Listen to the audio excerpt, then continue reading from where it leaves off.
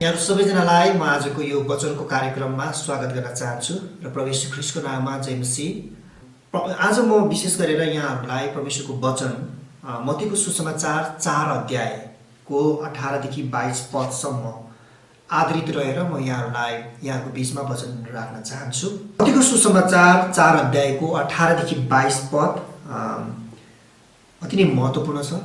यसकारणले यो महत्त्वपूर्ण छ कि प्रभु येशूले आफ्नो सेवाकाई जुन आरम्भ गर्नुभयो त्यो सेवाकाई आरम्भ गरिएको सेवालाई निरन्तरता दिनको लागि उहाँले आफ्नो चेलाहरू पहिलोचोटि नियुक्ति गर्नुभएको खण्ड हामीले पाउँछौँ। म पढ्न चाहन्छु, त्यसपछि म अगाडि यहाँलाई वचनमा लिएर जान चाहन्छु। यसरी लेखिएको छ मत्तीको सुसमाचार 4 अध्यायको 18 देखि 22 पदसम्म। गालीलको झिलका छेउ भएर येशू हिँडिरहनु भएको थियो। उहाँले दुईजना दाजुभाइलाई देख्नुभयो, पत्रुस भनिने सिमोन र तिनका भाइ अन्द्रियास। दुवै दाजुभाइ माछा मार्ने जालहारी थिए अनि तिनीहरूले समुद्रमा जाल हानेर माछा मार्दै थिए। येशूले भन्नुभयो, मेरो पछि लाग, म तिमीहरूलाई मानिसहरूका जालहारी बनाउने छु। सिमोन र अन्द्रियास दुवैले आफ्ना जालहरू त्यति नै बेला छाडिदिए र येशूको पछि लागे। गालील झिल भएर येशू हिँड्दै जानुभयो। उहाँले अरू दुईजना दाजुभाइहरूलाई देख्नुभयो, याकुब र योहन्ना।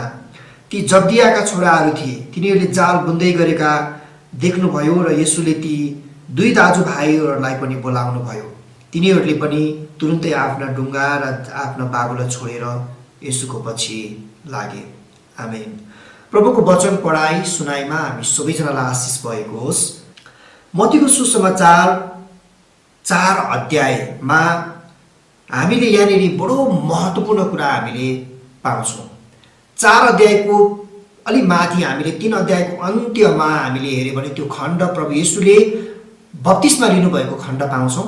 त्यसपछि लगत्तै 4 अध्याय चाहिँ प्रभु येशूको चाहिँ एकान्तमा मरुभूमिमा उहाँको चाहिँ परीक्षा भएको हामी पाउँछौँ। त्यसको लगत्तै त्यो परीक्षामा उहाँ विजय हुनु भएर अनि हामीले देख्छौँ उहाँले सेवाकाई आरम्भ गर्नुभएको छ। अर्को खण्ड सेवाकाई आरम्भको कुरा हामीले पाउँछौँ, जहाँनिर येशू प्रभुले 4 को 17 पदमा भन्नुभयो, त्यस बेलादेखि येशूले यसो भन्दै प्रचार गर्न लागे, पश्चाताप गर किनभने स्वर्गको राज्य नजिकै आइपुगेको छ। त्यो चाहिँ एउटा उहाँको सेवाकाईको बिगिनिङ, एउटा पहिलो सेन्टेन्सको रूपमा हामीले पाउन सक्छौँ धर्मशास्त्र बाइबलमा, जुन भनाइबाट उहाँले सेवाकाई आरम्भ गर्नुभएको छ। अनि लगत्तै हामी 4 अध्यायको 18 पददेखि 22 पद जुन अघि हामीले पढ्यौँ त्यो खण्डमा प्रभु येशूले त्यो मिसन जुन उहाँले सुरुवात गर्नुभयो त्यसलाई निरन्तरता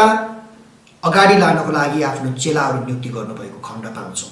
लगत्तै 23 पददेखि हामीले हेऱ्यौँ भने यो खण्डपछि अर्को खण्ड प्रभु येशूले 3-fold मिनिस्ट्री गर्नुभएको हामीले पाउँछौँ। शिक्षा दिने काम, प्रचार गर्ने काम, निको पार्ने काम, जहाँनिर हामीले लगत्तै उहाँले चेलाहरू नियुक्ति गर्नु भएपछि मिनिस्ट्रीलाई चाहिँ कारण एकदमै जुन आरम्भ उहाँले गर्नुभयो त्यसलाई निरन्तरता अगाडि बढाएको हामीले देख्छौँ। यो एकदमै सिरियस खालको एकदमै एउटा क्रमिक रूपमा भएको घटनाको रूपमा हामीले मत्तीको सुसमाचार यो 4 अध्यायलाई हामीले पाउँछौँ। उहाँले परीक्षाबाट विजय हासिल गर्नुभयो, त्यसपछिबाट उहाँले आफ्नो सेवाकाई आरम्भ गर्नुभयो, त्यसपछि उहाँले चेलाहरू नियुक्ति गर्नुभयो अनि मिसनलाई उहाँले विस्तार गर्नुभयो। त्यो प्रकारको खण्डको रूपमा हामीले मत्तीको सुसमाचार 4 अध्यायलाई हामीले पाउन सक्छौँ। विशेष गरेर अब म यहाँहरूलाई मत्तीको सुसमाचार 4 अध्यायको 18 देखि 22 पदमा आधारित रहेर म 3वटा महत्त्वपूर्ण कुराहरू बताउन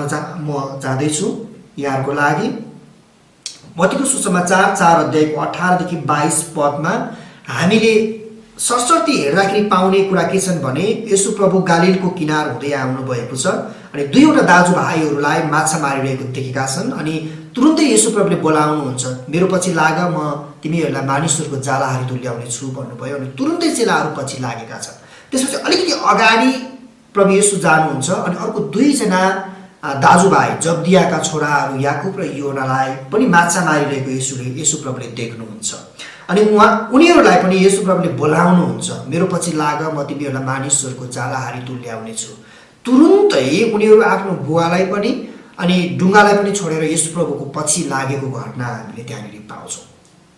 सरल रूपमा हामीले पढ्दाखेरि पाउने कुरा चाहिँ के छ भने कुनै पनि सङ्कोच नमानी, कुनै पनि वाद विवाद नगरी अथवा कुनै पनि प्रकारको एउटा त्यो के गरौँ होला भन्ने खालको परिस्थितिमा नभई यो चारैजना चेलाहरूले येशू प्रभुको बोलावटलाई स्वीकार गरेको घटना हामीले पाउँछौँ। मेरो पछि लाग प्रभुले भन्नुभयो अनि उहाँको प्रतिज्ञा, म तिमीहरूलाई मानिसहरूको जालाहरू तुल्याउनेछु प्रभुले जब भन्नुभयो त्यसपछि वचनमा उल्लेख गरेको शब्द तुरुन्तै प्रभु येशूको पछि लागे भन्ने कुरा छ। यो हाम्रो लागि ठुलो शिक्षा हो प्रियहरू।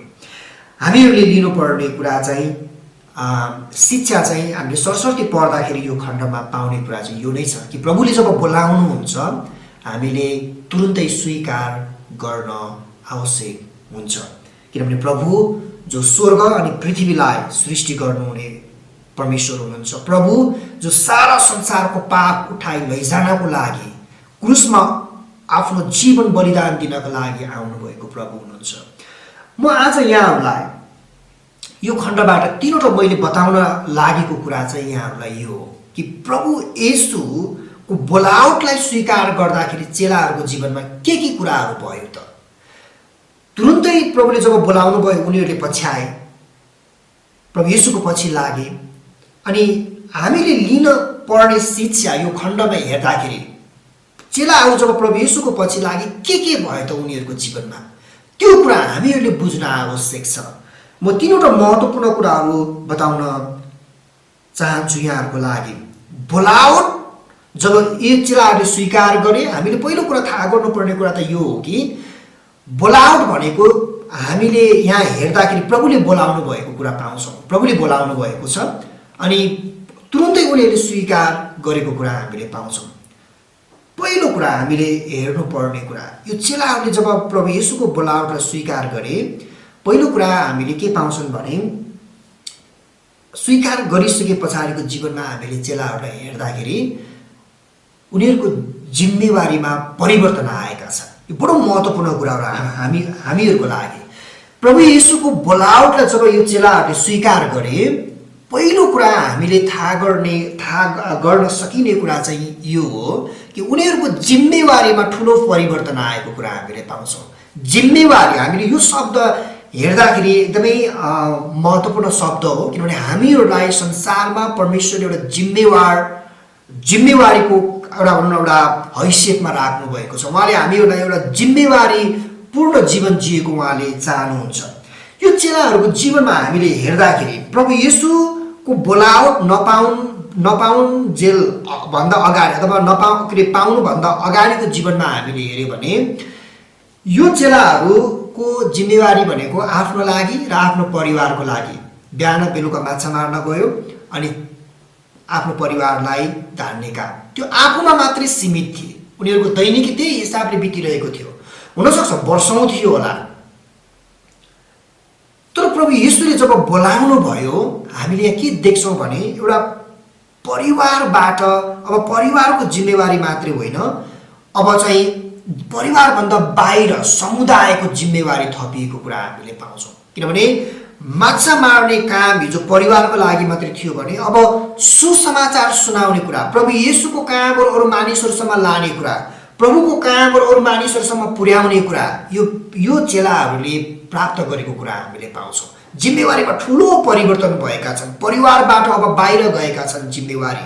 अब परिवारलाई खुवाउने कामबाट अब त्यो परिवारभन्दा बाहिर गएर समाजलाई खुवाउने काममा गएको कुरा हामीले पाउँछौँ।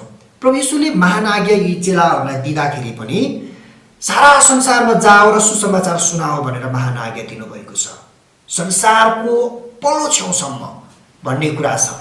त्यहाँनिर हामीले हेर्दाखेरि काम गर्ने फिल्ड चाहिँ र सानोबाट ठुलोतिर बढेको कुरा हामीले पाउँछौँ। चेलाहरू जिम्मेवार भएका छन्।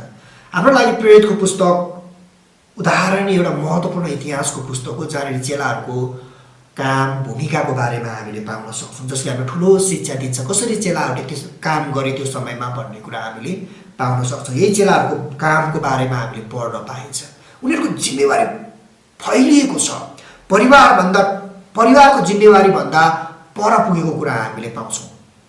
प्रियहरू, म यहाँहरूलाई यो वचनको सन्दर्भमा यही भन्न चाहन्छु, जब प्रभुको बोलावटलाई हामीले स्वीकार गर्छौँ हाम्रो जिम्मेवारीमा परिवर्तन आउँछ, हामी फैलिन्छौँ, हामी बढ्छौँ अगाडि।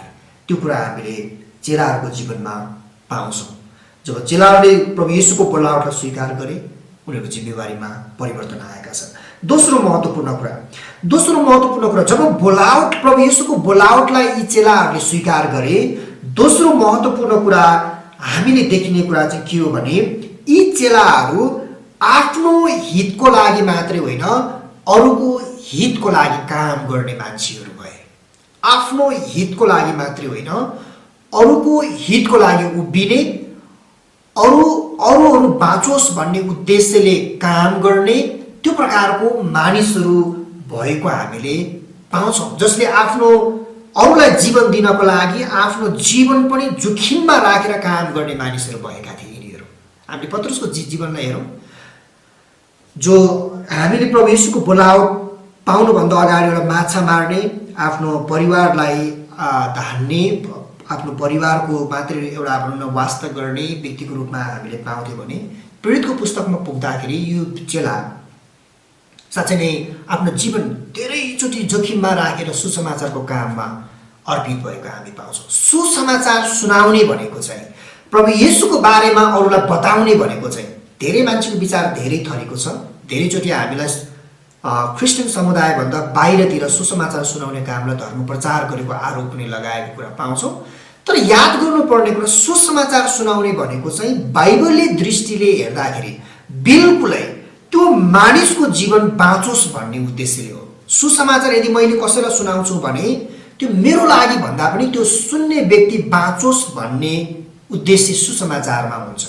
यसकारण पनि हामीले याद गर्नुपर्ने कुरा चाहिँ यो चेलाहरू सुसमाचार सुनाउने कुरा, अरूको आत्मा बाँचोस् भनेर एउटा भनौँ न काम गर्ने चेलाहरू भएको हामीले पाउँछौँ। अरूको हित खोजेको कुरा हामीले पाउँछौँ। येशू प्रभुले धेरै ठाउँमा यसपछि चेलाहरूलाई शिक्षा पनि सिकाउनु भएको छ। म किन आएँ भनेर येशू प्रभुले आफ्नो बारेमा पनि भन्नुभएको छ। उहाँले भन्नुभयो, म सेवा पाउन होइन, म सेवा गर्न र अरूको मोलको निम्ति म अरूको लागि चाहिँ जीवन दिन आएँ भन्ने उद्देश्यले चाहिँ येशू प्रभुले धेरै ठाउँमा आफ्नो आगमन र आफ्नो सेवकाईको फोकसको बारेमा पनि येशू प्रभुले धेरै ठाउँमा बताउनु भएको छ। सेवा पाउन होइन तर सेवा गर्नको लागि आए भनेर भनेको छ, अरूको हित खोज्ने। येशू प्रभु स्वयंलाई हामीले हेर्दाखेरि जति समय उहाँ संसारमा रहनुभयो उहाँ आफ्नो लागि भन्दाखेरि पनि मानिसको लागि, उनीहरूलाई बचाउनको लागि, उनीहरूको निम्ति जिउनको लागि त्यो प्रकारको शिक्षा दिनुभएको हामीले पाउँछौँ। येशू प्रभुको सेवाकाई हेऱ्यो भने मानिसको हितमा आधारित छ, अरूको जीवन बाँचोस् भन्ने उहाँको जोड भएको हामीले पाउँछौँ। आफैलाई रित्याएर, यसकारणले पनि बाइबलमा भन्छ उहाँले अरूलाई बचाउनु भयो भन्ने कुरा छ। संसारमा यो प्रकारको शिक्षा हामीले कमै मात्रामा पाउँछौँ अरूतिर, किनभने संसार यति एउटा इन्डिभिजुअलिस्टिक भएका छन् अहिलेको उसमा कि आफू केन्द्रित मात्रै छ, आफ्नो हित खोज्ने कुरा मात्रै हामीले पाउँछौँ सबैतिर। तर धर्मशास्त्र बाइबलमा मात्रै हामीले यस्तो शिक्षा हामीले पाउँछौँ जहाँनिर अरूको हित खोजी गर्न, अरूको हितको लागि काम गर्नलाई प्रेरणा दिन्छ। प्रभु येशू स्वयंले त्यो गर्नुभयो अनि चेलाहरूले त्यो कुरा गरेको कुरा हामीले पाउँछौँ। जब बोलावट स्वीकार गरे येशू प्रभुको यी चेलाहरूले, उनीहरू आफ्नो भन्दा पनि अरूहरूको हितको लागि काम गर्ने एउटा मानिस भएको हामीले पाउँछौँ। काम गर्ने व्यक्तिहरूको रूपमा हामी यी चेलाहरू खडा भएको हामी पाउँछौँ। प्रियहरू, म यहाँहरूलाई यही बताउन चाहन्छु, हामी धर्मशास्त्र बाइबल अनुसार हामीले हेर्दा हामी आफ्नो हित होइन अरूको हितको लागि काम गर्ने मानिसहरू हामी हुनुपर्छ। समुदायको हितको लागि, हाम्रो छिमेकीको हितको लागि, हाम्रो अरू देशभित्रका मानिसहरू र अरू जति पनि मानिसहरू छन् अरूको हितको लागि उभिने मानिसहरू प्रभुले भएको हामी चाहन्छ। हामीले जहिले पनि ख्याल गर्नुपर्छ वचनबाट। चेलाहरूको जीवनमा त्यही कुरा भएका छन्। उनीहरूले जब प्रभु येशूको बोलावटलाई स्वीकार गरे अनि उनीहरूको जीवन अरूको हितमा आधारित भएर काम गर्ने जीवन भएको हामीले पाउँछौँ। तेस्रो कुरा, र त्यसपछि म वचनलाई अन्त्य गर्नेछु। तेस्रो महत्त्वपूर्ण कुरा, जब प्रभु येशूको बोलावटलाई यी चेलाहरूले स्वीकार गरे, हामीले देख्छौँ यो चेलाहरूले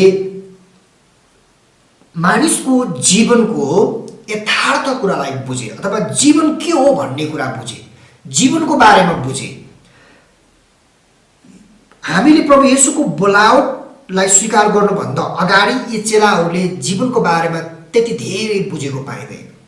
तर जब बोलावटलाई स्वीकार गरे, मानिसको जीवनको यथार्थत्वको बारेमा, एउटा यथार्थ के हो त भन्ने बारेमा चेलाहरूले बुझेको कुरा हामीले पाउँछौँ।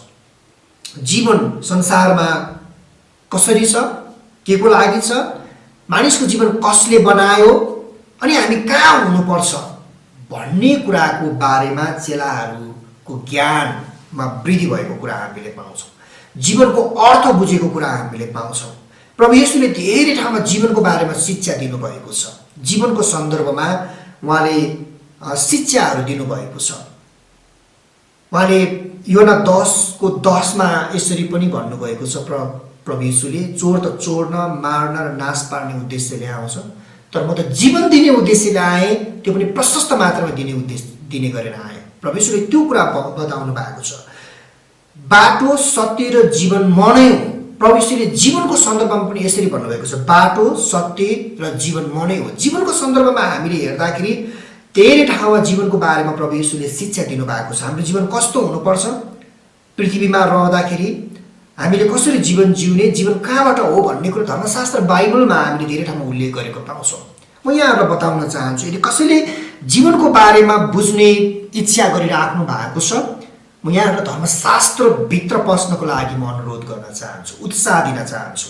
धर्मशास्त्र बाइबलमा जीवनको बारेमा धेरैवटा कुराहरू उल्लेख गरिएका छन्, अनि येशू प्रभुले पनि जीवनको बारेमा बडो जोड दिनुभएको कुरा हामीले पाउँछौँ। उहाँले जीवनको सन्दर्भमा कुरा गर्दाखेरि जीवन, आफ्नो मृत्युभन्दा अगाडिको जीवन र मृत्युपछि अनन्तको जीवनको कुरा, यो बडो महत्त्वपूर्ण कुरा छ। येशू प्रभु हामीहरूको जीवनको लागि आउनुभयो। हामी मर्नुभन्दा अगाडि पृथ्वीमा हामी रहँदाखेरिको जीवनको लागि र हाम्रो मृत्युपछि हामी कहाँ हुन्छौँ त्यो अनन्तताको बारेमा पनि, हाम्रो अनन्तको जीवनको बारेमा पनि प्रभु येशूले कुरा गर्नुभएको छ। यसकारण पनि हामीले हेर्दाखेरि के देख्छौँ भने, जब प्रभु येशूको बोलावट यी चेलाहरूले स्वीकार गरे, हामीले देखिने कुरा यो चेलाहरूले जीवनको यथार्थको बारेमा बुझेका छन्। यसकारणले पनि धेरै ठाउँहरूमा जीवन बचाउनको लागि उनीहरू लागि परेका छन्।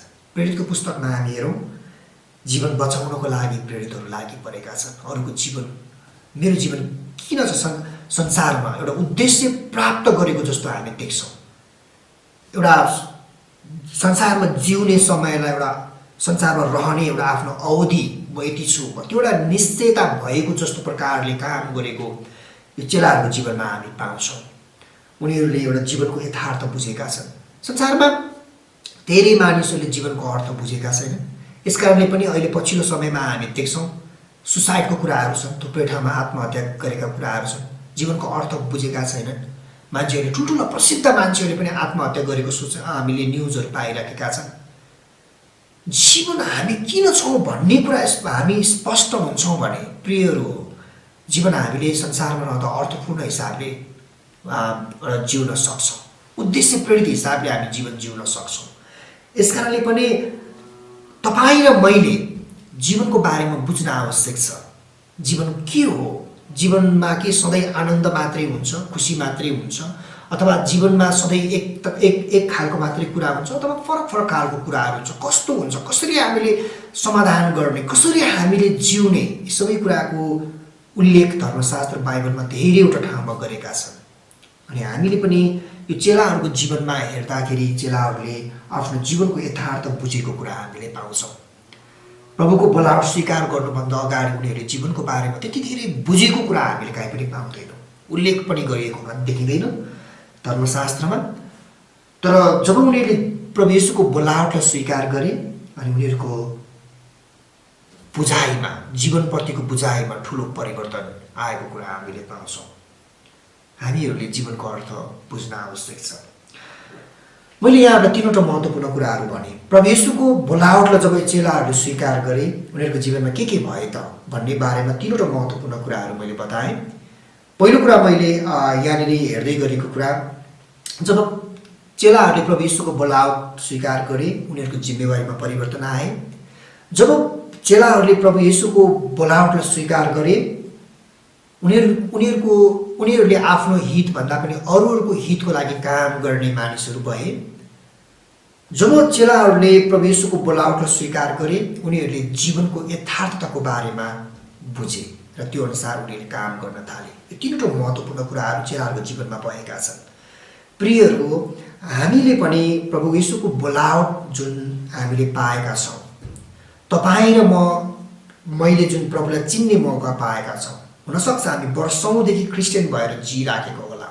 हामीले याद गर्नुपर्ने कुरा, प्रभुको बोलावट जुन हामीले पाएका छन् त्यो बोलावटलाई हामीले दैनिक रूपमा स्वीकार गर्दै गर्दा हाम्रो जीवनमा पनि थुप्रै कामहरू हुनेछ। हामीले लिनुपर्ने कुरा, तपाईँ र म क्रिस्चियन भएर जीवन जिउँदै गर्दा हामीले थाहा गर्नुपर्ने कुरा, तपाईँ र म क्रिस्चियन हुनुको कारण अथवा तपाईँ र मैले प्रभुलाई चिन्ने मौका पाउनुको कारण, आज विश्वासी भएर यसरी जीवन जिउन पाउनुको कारण एउटै कुरा, प्रभुको बोलावटको कारण हो। बोलावट जहिले पनि माथिबाटको बोलावट हुनुपर्छ।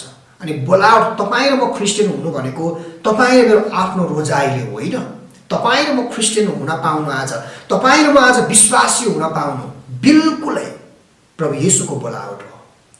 येशू प्रभुले यस कारणले पनि भन्नुभयो, तिमीहरूले मलाई चुनेनौ तर मैले तिमीहरूलाई चुने र नियुक्ति गरेँ। यस कारणले पनि हामीले ख्याल गरौँ, हामीले जीवन जिउँदै गर्दा अहिलेको यो वर्तमान जटिल परिस्थितिमा जताततै अहिले कोरोनाको कारण डर त्रास छ, हामीले याद गर्नुपर्ने कुरा, तपाईँ र म क्रिस्चियन भएर यो परिस्थितिमा जिउँदै गर्दा हामीले याद गर्नुपर्ने कुरा, बोलावट चाहिँ प्रभुबाट को हो, बोलावट हाम्रो जीवनमा। यस कारणले पनि उहाँको बोलावटलाई हामी दैनिक रूपमा हाम्रो जीवनमा स्वीकार गर्दै जाउँ र जुन प्रकारको काम चेलाहरूको जीवनमा हामीले भएको पाउँछौँ त्यो कुराहरू उहाँले यी दिनहरूमा पनि हाम्रो जीवनबाट गर्नुहुनेछ। प्रभुले यहाँहरू सबैजनालाई आशिष दिनुभएको होस् र यो वचनको समयलाई म यहीँ राख्न चाहन्छु। सबैजनालाई जय मसीह, प्रभुले आशिष दिनुभएको होस्।